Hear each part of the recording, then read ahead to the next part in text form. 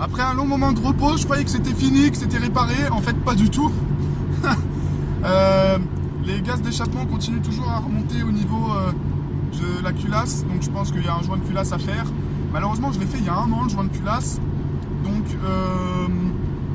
comment dire, je pense que la culasse est morte, tout simplement. Elle doit être déchirée. Et alors, on ne doit pas voir là. Attendez, je coupe et je vous montre. Là, vous avez une magnifique vue sur mon tableau de bord. Vous voyez que l'aiguille à droite, elle est bien au-dessus du 100 degrés. Elle ne devrait pas monter ici. Tout simplement parce que normalement à 97 degrés, la sonde de température s'ouvre et donc du coup le radiateur se fait refroidir par le ventilo.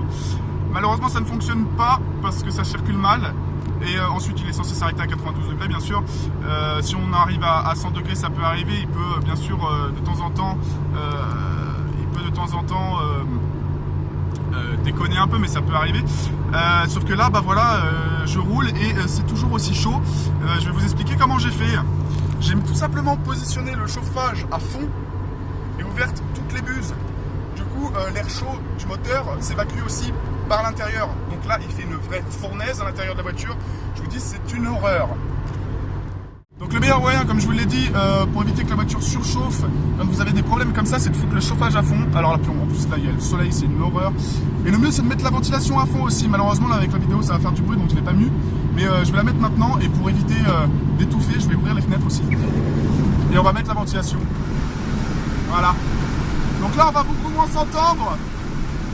Mais le principe est là, si vous avez des problèmes de surchauffe, foutez tout simplement le ventilo en direct et mettez votre chauffage à l'habitacle à fond, avec la ventilation à fond.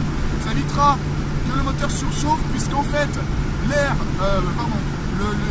liquide de refroidissement chaud, au lieu de ne circuler que dans le moteur, il circule aussi dans l'habitacle. Du coup, ça ouvre un autre circuit et bien sûr, l'air chaud circule ailleurs, notamment dans l'habitacle, ce qui permet à la voiture de ne pas prendre toute la chaleur chaude pour elle.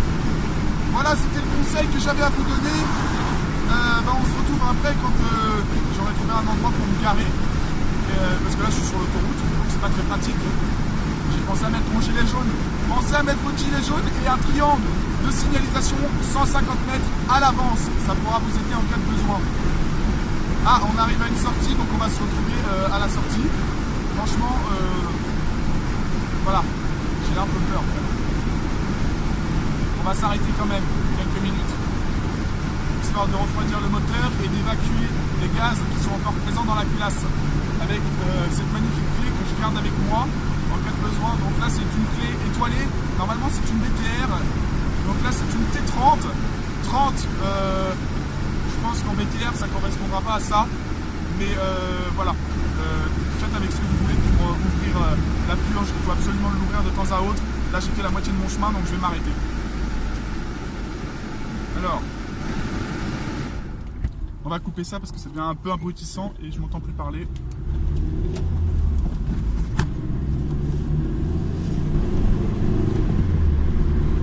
Avec une voiture qui surchauffe, rien ne sert de pousser les rapports, c'est même très dangereux parce que ça force sur la culasse avec les pistons et si elle est fissurée, ça pourrait l'aggraver. On va s'arrêter là. Là, ça me semble bien, surtout qu'il n'y aura personne qui viendra nous emmerder là. Voilà.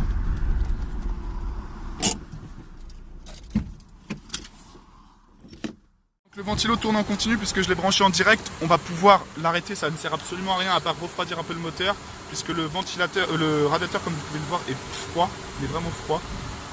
Et ici c'est froid aussi. Je pense que ça va être une catastrophe à l'ouverture de la purge. Alors pour ceux qui ont une ZX, il suffit de mettre le fil marron et le fil jaune qui sort du port relais ensemble pour chanter comme ça. Alors moi il y a des fausses connexions parce que je bouge le fil depuis tout à l'heure. Alors la vis c'est celle-là, vous allez voir c'est rigolo. Quand je vais l'ouvrir, tous les gaz d'échappement vont s'échapper par là. Parce que bien entendu c'est rempli de gaz d'échappement là-dedans à cause du joint de culasse.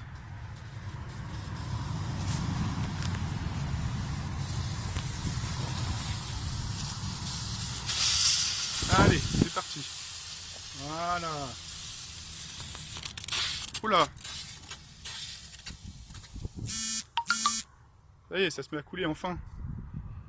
Donc quand ça se met à couler, ça veut dire que le liquide circule. Là, c'est plutôt bon signe. On va vérifier qu'il circule encore.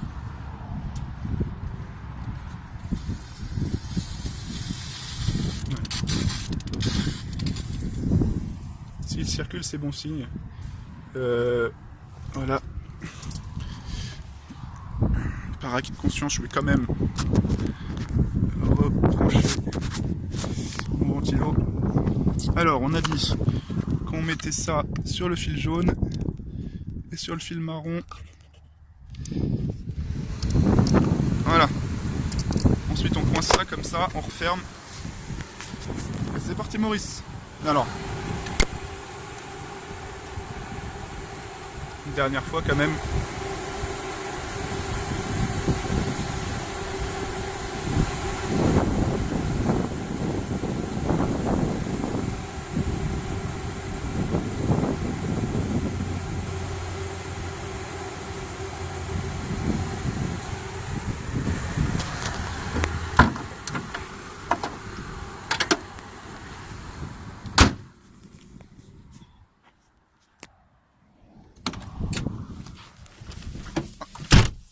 En cas de besoin, garez-vous là où personne ne pourra venir vous embêter, puisque comme vous voyez là, je suis près d'une carrière où je sais pas trop ce que c'est, et la route est... Alors, bonjour. La route est en fait derrière moi là-bas, on voit pas, mais voilà, l'autoroute est derrière. J'ai réussi à m'arrêter. Vous voyez quand même que ça y est, ça a commencé à refroidir un peu. C'est pas encore ça. Bon, on se retrouve plus tard sur la route. Alors je suis tombé sur un petit garagiste derrière, on voit peut-être les bannières, bon je tairai le nom pour pas faire de pub, qui m'a confirmé que c'était sûrement un joint de culasse et qu'il fallait faire très attention. Alors ce qui m'inquiète, c'est que mon joint de culasse, je l'ai fait il n'y a pas si longtemps, février de l'année dernière. On est en avril, on est fin avril, donc ça fait 1 an et 2 mois que je l'ai fait le joint de culasse. À mon avis, c'est pas ça. Enfin ça peut être ça, mais ça m'étonnerait, ou alors j'ai pété la culasse. Là c'est un peu... Bonjour camion, là ça serait un peu plus grave quand même. On va essayer de rentrer quand même et puis on verra ce que ça donne.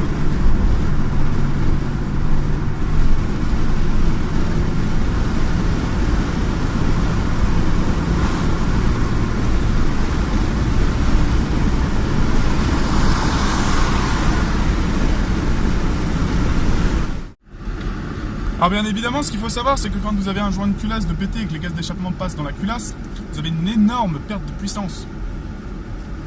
Donc il ne faut pas s'inquiéter si votre voiture roule beaucoup moins bien. Hein. C'est tout à fait normal puisque le système n'est pas optimisé pour recevoir des gaz d'échappement. Hein. La culasse n'est pas faite pour recevoir des gaz d'échappement, donc il ne faut pas s'en inquiéter. Donc ce que je vais faire, c'est que là... Voilà. Je vais me mettre là, je vais attendre un petit peu et je vais faire un 0 à 100 pour voir en combien de secondes elle le fait, sachant qu'avant elle le faisait en je sais plus, entre 13 et 17 secondes, c'était un truc comme ça, entre 13 et 17 secondes. Je me demande si c'était pas 17 d'ailleurs. Donc on va s'arrêter complètement, je suis en warning hein, bien sûr, on va pas mettre une route. Alors 5, 4, 3, 2, 1, c'est parti.